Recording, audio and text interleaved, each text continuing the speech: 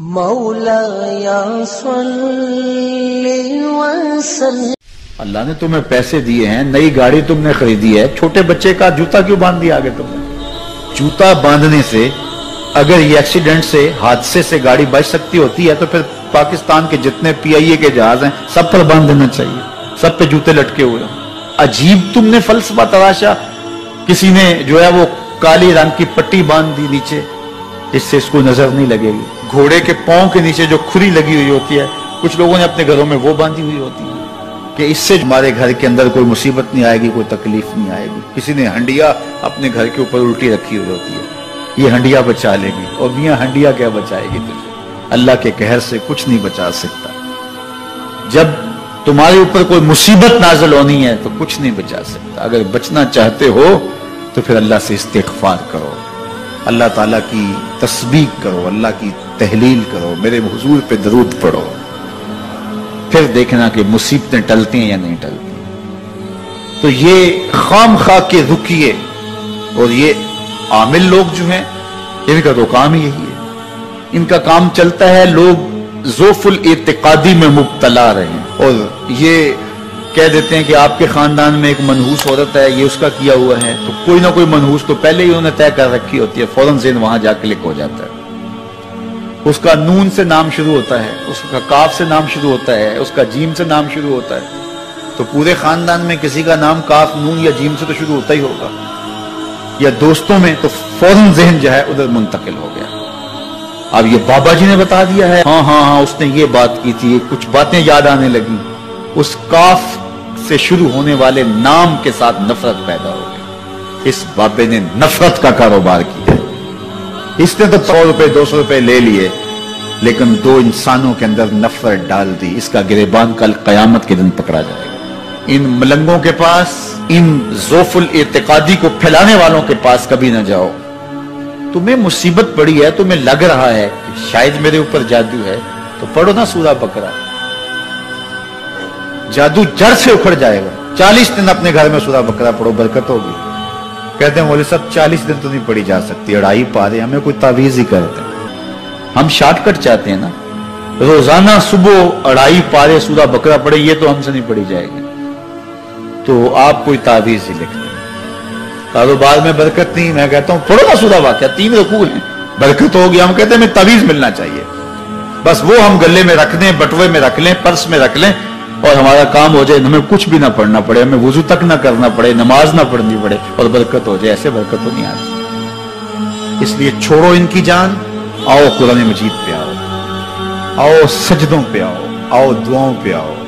سحری کے وقت اس کی رحمتیں آواز دے رہی ہوتی ہیں، حل من مسترزقن، ہے کوئی رزق مانگنے والا، اور تم اس وقت سوئے ہوئے ہو، سارے دن ٹھوکریں کھاتے ہو۔ آؤ نہ اس وقت جھولی پھیلا کے، ہاتھ پھیلا کے کہو مالک تو جھولیاں بھر دے۔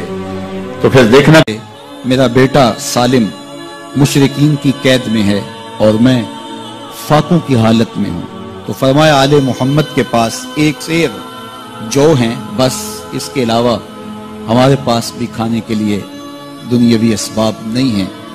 کہا صبر کرو اور اللہ سے ڈرو، اور لا حول ولا قوت الا باللہ کثرت کے ساتھ پڑھو۔ یہ ایسا وظیفہ ہے، ایک حدیث پاک میں آتا ہے کہ یہ 99 بیماریوں کا علاج ہے، اس میں سب سے کم درجے کی بیماری ہم اور غم ہے، یہ دکھوں کا مداوع ہے، مشکلات کا علاج ہے، اور یہ وظیفہ میرے حضور نے بتایا۔ حضرت ابو ذر غفاری رضی اللہ تعالیٰ عنہ کو حضور نے 5 چیزیں بتائی تھی، ان میں سے 5ویں چیز یہ تھی کہ ابو ذر کثرت کے ساتھ لا حول ولا قوت الا باللہ پڑھا کرو۔ فرمایا عرش الہی کے نیچے ایک خاص خزانہ ہے، یہ وظیفہ وہاں سے آیا ہے، یہ زندگی میں معمول بنا لو۔ جب پھنس جاؤ، مشکلات میں آ جاؤ، تو لا حول ولا قوت الا باللہ پڑھو، اللہ راستے کھولے گا۔ تو حضور نے 3 چیزیں فرمائی، اللہ سے ڈرو، صبر کرو، اور کثرت کے ساتھ لا حول ولا قوت الا باللہ پڑھو۔ وہ فرماتے ہیں کہ میں یہ عمل شروع کیا، ابھی گھر میں بیٹھا ہی تھا کہ دروازے پہ دستک ہوئی، تو میں اٹھا کہ دروازہ کھولوں دیکھوں کہ کون ہے، تو دروازہ کھولا، دیکھا میرا بیٹا کھڑا ہے اور اس کے پیچھے 100 اونٹ کھڑے ہیں۔ تو میں نے کہا کہ تم اور یہ اونٹ؟ کہا مجھے موقع لگ گیا، میں ان کی قید سے بھاگ آیا۔ وَيَرْزُقْهُ مِنْ حَيْثُ لَا يَحْتَسِبُ، وہ تمہیں وہاں سے رزق دے گا جہاں سے تمہیں گمان بھی نہیں۔ اس کے ہو کے تو دیکھو، اللہ اکبر، اللہ کے ہو جاؤ تو پھر وہ تمہاری ضرورتوں کا کفیل ہو جائے۔ فرمایا حضرت عبداللہ ابن مسعود رضی اللہ تعالیٰ عنہ نے کہ کسی شخص کو فقر و فاقہ آ جائے تو وہ لوگوں کو بتائے کہ میں آج کل بڑے مشکل حالات میں ہوں، ہر وقت لوگوں کو بتاتا رہے تو اس کی مشکل بڑھے گی، اس کی مشکلیں آسان نہیں ہوں گی اس طرح۔ اور اگر وہ اپنی اس مشکل کو کسی سے شیئر نہ کرے بلکہ مصلی بچھا کے اپنے رب سے کہے کہ مالک فقر و فاقہ آ گیا ہے اور اس کا علاج تیرے پاس ہے، اس مرض کا مداوع تیرے پاس ہے۔ تو حضرت عبداللہ ابن مسعود فرماتے ہیں کہ رسول کریم نے فرمایا جلد یا بدیر اللہ اس کو مالا مال فرما دے گا۔ یہ بھی کبھی کر کے دیکھو، مشکل آ جائے، فاقہ آ جائے۔ اور قرآن مجید کا دل سورہ یاسین ہے، جس نے ایک مرتبہ سورہ یاسین کی تلاوت کی اللہ 10 مرتبہ قرآن پڑھنے کا ثواب عطا کرے۔ اور کتنا بڑا اجر ہے، آپ ایک سال میں بھی شاید 10 قرآن مجید نہ ختم کر سکیں اور سورہ یاسین پڑھیں تو 10 مرتبہ قرآن مجید پڑھنے کا ثواب نصیب ہوگا۔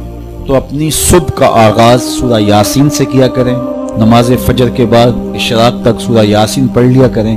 سورہ یاسین اگر آپ پڑھ کے اپنے دن کا آغاز کرتے ہیں، آپ کا سارا دن خیر سے گزرے گا۔ اس دن اگر کاروبار کریں گے تو برکت ہوگی، اس دن بہت ساری بیماریوں سے، آفات و بلیات ارضیہ اور سماویہ سے بچے رہیں گے، لوگوں کے شر سے، حادثات سے محفوظ رہیں گے۔ میرے حضور نے ارشاد فرمایا قرآن مجید میں ایک سورت ہے جس کی 30 آیات ہیں، اگر کوئی شخص اس کی تلاوت کرتا ہے تو وہ سورت پڑھنے والے کی شفاعت کرتی ہے، اور اتنی بار شفاعت کرتی ہے کہ اس کو بخشوا کے چھوڑتی ہے۔ وہ سورت کون سی ہے؟ وَهِيَ تَبَارَكَ الَّذِي بِيَدِهِ الْمُلْكُ، یہ سورۃ الملک ہے، 30 آیتیں ہیں۔ جو شخص اس کی تلاوت کرے یہ اتنی بار سفارش اللہ کی بارگاہ میں کرتی ہے کہ اپنے پڑھنے والے کو بخشوا کے چھوڑتی ہے۔ تو اپنے دن کا آغاز سورہ یاسین سے کریں اور اپنی شب کا آغاز سورہ ملک سے کریں۔ سونے سے پہلے سورہ ملک کی تلاوت ضرور کر لیں، تو انشاءاللہ اس سے رات برکت سے گزرے گی۔ جس نے ایک دن میں 100 مرتبہ سبحان اللہ و بحمدہ پڑھا، کتنی مرتبہ؟ 100 مرتبہ کیا پڑھا؟ سبحان اللہ و بحمدہ، فرمایا کہ اس کے گناہ سمندر کی جھاگ کے برابر بھی ہوں تو اللہ معاف فرما دے گا۔ تو یہ اپنے وظائف میں شامل کر لیجئے، سبحان اللہ و بحمدہ۔ اور حدیث بخاری ہے کہ 2 کلمے ایسے ہیں جو اللہ کو محبوب ہیں اور زبان پر مشکل نہیں، زبان پر بڑے آسان ہیں، اور جب میزان پہ رکھے جائیں گے تو پلڑے کو جھکا دیں گے، بڑے بھاری ہیں میزان پہ۔ وہ 2 کلمے یہی ہیں، سبحان اللہ و بحمدہ، سبحان اللہ العظیم۔ تو اگر اس کو 100 مرتبہ روزانہ پڑھے تو سمندر کی جھاگ کے برابر بھی گناہ ہو تو اللہ معاف فرما دیتا ہے۔ اللہ فرماتا ہے ما یفعل اللہ بعذابکم، وہ تمہیں عذاب دے کے کیا کرے گا؟ ذرا لہجہ دیکھیے، ذرا انداز، ما یفعل اللہ بعذابکم، وہ تمہیں عذاب دے کے کیا کرے گا؟ تم اس کی مخلوق ہو، اپنے دستے قدرت سے اس نے تمہیں بنایا ہے، تو وہ تمہیں عذاب دے کے کیا کرے گا؟ اس کی ضرورت نہیں ہے کہ تمہیں عذاب دے، نہ اس کی چاہت ہے کہ تمہیں عذاب دے، کوئی خود چھلانگے لگائے تو اس کی مرضی۔ فرمایا کہ ما یفعل اللہ بعذابکم، وہ تمہیں عذاب دے کے کیا کرے گا؟ ان شکرتم و آمنتم، اگر تم شکر ادا کرو اور ایمان لاؤ تو وہ تو قدردان ہے جو کوئی اس کا شکر کرتا ہے اور جو اس پر ایمان لاتا ہے۔ تو اللہ اس کے لیے عذاب نہیں رکھا، اس کے لیے رحمتیں رکھی ہوئی ہیں۔ تمہیں دستے قدرت سے بنایا ہے اور وہ تمہیں خوش دیکھنا چاہتا ہے، تمہیں خوشحال دیکھنا چاہتا ہے، تمہیں سرشار دیکھنا چاہتا ہے، تمہیں نہال دیکھنا چاہتا ہے، تمہاری زندگی کو خوشگوار دیکھنا چاہتا ہے۔ تم نے اپنے آپ کو خود اپنے اعمال کی وجہ سے مصیبتوں میں ڈالا ہے، تو کہا شکر کرنے کی عادت ڈال لو، دیکھنا پھر اللہ تعالیٰ جل شانہ کی رحمتیں تمہارے اوپر کس طرح اترتی ہیں، اس کی نوازشیں تمہارے اوپر کیسے برستی ہیں۔ توکل اگر ہم سیکھ جائیں تو توکل ایک ایسی دولت ہے کہ جو خوشحال زندگی کی ضمانت بنتی۔ جب ہم اللہ پر توکل نہیں کرتے اور ہم سمجھتے ہیں یہ سب کچھ ہماری محنت کا نتیجہ ہی ہوگا، اور نتیجہ جب نہیں آتا تو پھر ہم بے چین مضطرب ہو جاتے ہیں، اور جب ہم اس پہ توکل کر لیں تو پھر ہمارا صرف اتنا ہی کام ہے کہ میاں ہم یہ کام کر رہے ہیں، بس یہ حکم، ہم بیج بو رہے ہیں، بس یہ حکم ہے اور بو رہے ہیں، باقی اس پہ بھروسہ ہے، یہ کام اس کا ہے کہ اس نے اس کو اگانا ہے، اس کے اوپر پھل لگانے ہیں۔ تو جب اس پہ توکل ہو جائے تو بندہ سوکھا رہتا ہے، ورنہ بندہ مشکل میں مبتلا ہو جاتا ہے۔ بسا اوقات ایسا ہوتا ہے کہ بندہ ایک منصوبہ تیار کرتا ہے، اس کا عملی نتیجہ اس کو سامنے نظر آ رہا ہوتا ہے، لیکن نتیجہ بالکل الٹ جاتا ہے۔ سید علی المرتضیٰ فرماتے ہیں میں نے اپنے ارادوں کی شکست سے ہی اپنے رب کو پہچانا ہے، کہ میں ایک منصوبہ تراشتا ہوں کہ یہ اور یوں ہوگا اور وہ ہونا چاہیے، لیکن نتیجہ وہ نہیں آتا، تو کوئی طاقت ہے اس کا جو نتیجہ بدل دیتی ہے۔ تو بندہ اس طاقت پہ یقین کرتے، اس پہ توکل کر کے جو ہے وہ اس پہ بھروسہ کر لے تو زندگی سوکھی ہو جاتی ہے۔ مغرب میں جو اللہ پر یقین نہیں رکھتے وہ خودکشی کر لیتے ہیں کہ یہ کیوں ہو گیا، ایسا نہیں ہونا چاہیے تھا، لیکن ہم خودکشی اس لیے نہیں کرتے، ہم کہتے ہیں میرا رب جس طرح چاہے اس طرح ہی ہوتا ہے، جو اس نے طے کیا ہوا ہے وہ کر کے رہتا ہے، اس لیے تم اس پہ توکل کر لو اور اس پہ بھروسہ کرو۔ حضور علیہ الصلوۃ والسلام نے فرمایا لو انکم توکلون علی اللہ حق توکلہ، اللہ پر توکل کرنے کا جو حق ہے اگر تم وہ ادا کر دے تو فرمایا اللہ تمہیں ایسے رزق عطا کرے جیسے پرندوں کو عطا کرتا ہے۔ ہمارا تو کاروبار ہے، یہ فیکٹری ہے، یہ دکان ہے، یہ ہماری نوکری ہے، ہم نے یہاں سے کمائی کرنی ہے۔ پرندوں کا کوئی کاروبار نہیں ہوتا، کوئی نوکری نہیں ہوتی، کوئی ٹھیا، کوئی اڈا نہیں ہوتا جہاں جا کے انہوں نے رزق کے لیے کوئی آغاز کرنا ہوتا ہے، بلکہ حضور نے فرمایا تغدو خماسا وتروح بطانا، جب وہ صبح گھر سے نکلتے ہیں تو خالی پیٹ نکلتے ہیں اور انہیں کوئی اپنی منزل کا تعین نہیں ہوتا، جدھر خیال آیا اڑ گئے ادھر، لیکن کبھی ایسا نہیں ہوا کہ شام کو خالی پیٹ واپس آئے ہوں، کہا وہ پیٹ بھر کے آتے ہیں۔ باہو بولے بن توکل پنچھی اڑ دے، خرچ نہ پلے زیرا ہو، جب گھر سے اڑتے ہیں تو ان کے پلے نہ کوئی خرچ ہوتا ہے، نہ راس المال ہوتا ہے، نہ کوئی اوزار ہوتے ہیں، نہ کوئی ہتھیار ہوتے ہیں، کچھ بھی نہیں ہوتا، یوں ہی گھر سے نکلتے ہیں، کبھی بھی خالی پیٹ نہیں آئے۔ فرمایا اگر اللہ پہ پرندے توکل کر لیں تو اللہ اسے بھی عطا کرتا ہے، تم توکل کرو گے تو تمہیں عطا نہیں کرے گا۔